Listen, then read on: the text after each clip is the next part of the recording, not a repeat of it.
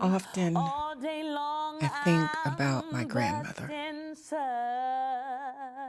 For most of her life, she made her living doing domestic service for white families. Many middle and upper middle class households needed assistance because the workforce had begun to open up for white women.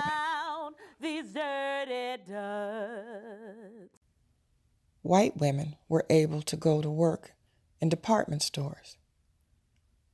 Black women went to work washing clothes.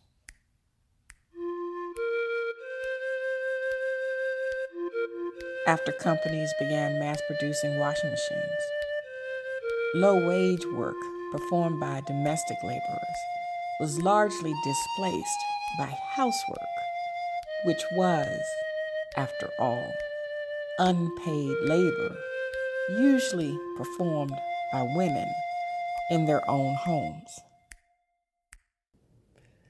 My grandmother is among the last generation of African American women whose employment options were severely curtailed to domestic service.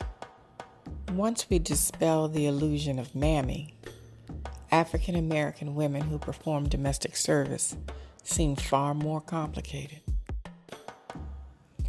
Maybe in the 21st century, there will be an app that reimagines laundry work. It would utilize the wisdom of the 19th century washerwomen who used the washboard as a technological advancement are working from their own homes.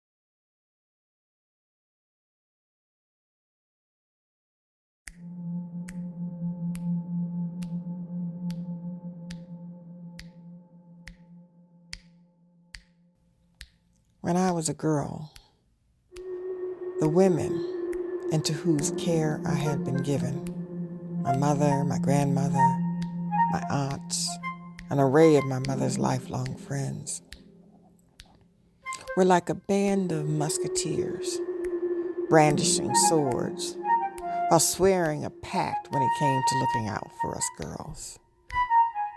They came of age in the 1950s and the 1960s and made something of themselves. They came from Georgia, Virginia, and West Virginia. They came from people just a couple of generations removed from enslavement, who intended for their children to be the salt of the earth. They wore good leather shoes, their hair was done right, their clothes fit right, and Lord knows that undergarments never showed in public. No bra straps, no panty lines. On occasion, one might whisper to another, "Your slip is hanging." Then that one rushed off to the ladies' room to shorten her shoulder straps. They were called undergarments for a reason. They washed them by hand in the bathroom sink with ivory snow and hung them or laid them flat to dry.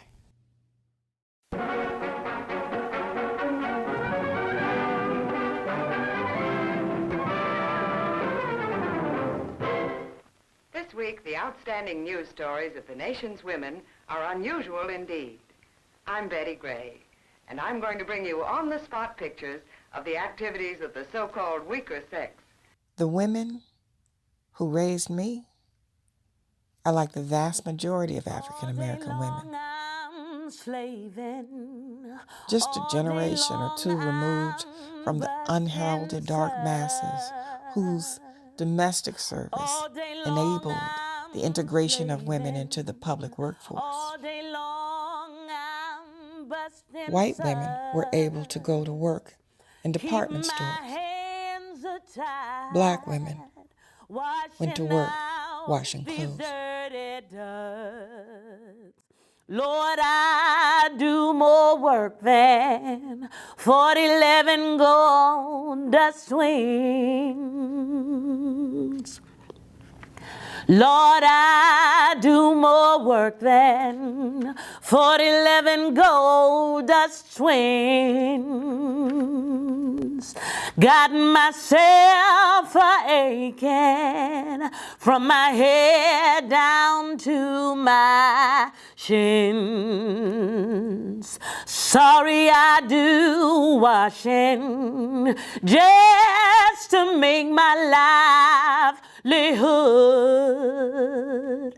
Sorry, I do washing just to make my livelihood. Although a washerwoman's life, it ain't a bit of good. Taking in laundry offered the relative freedom and security of working at one's own home in the company of one's own family.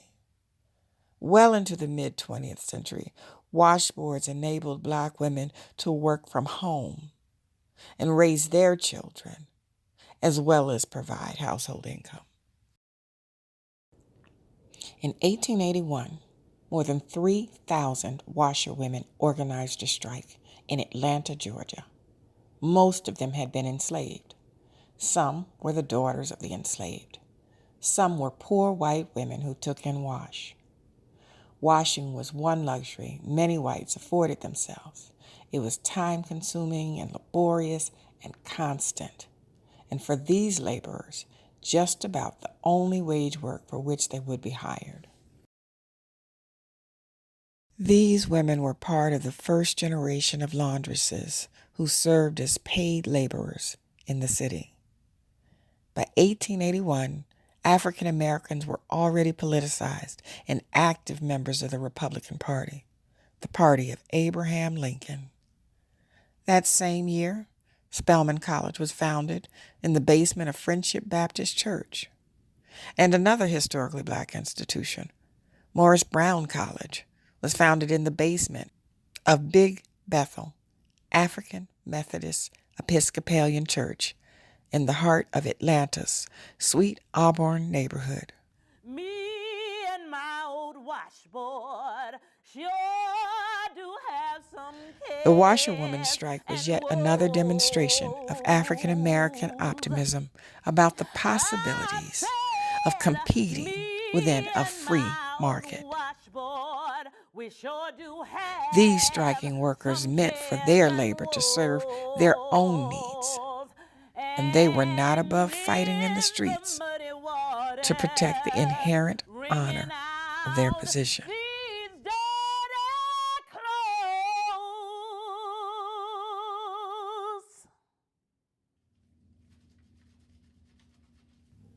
Laundry reminds me of the hydrologic cycle. You know, the continuous movement of water over millions of years. It's recycled.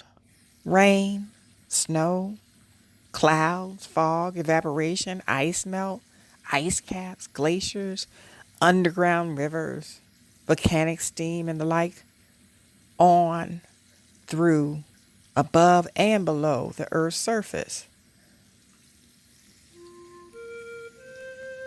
Water is never new.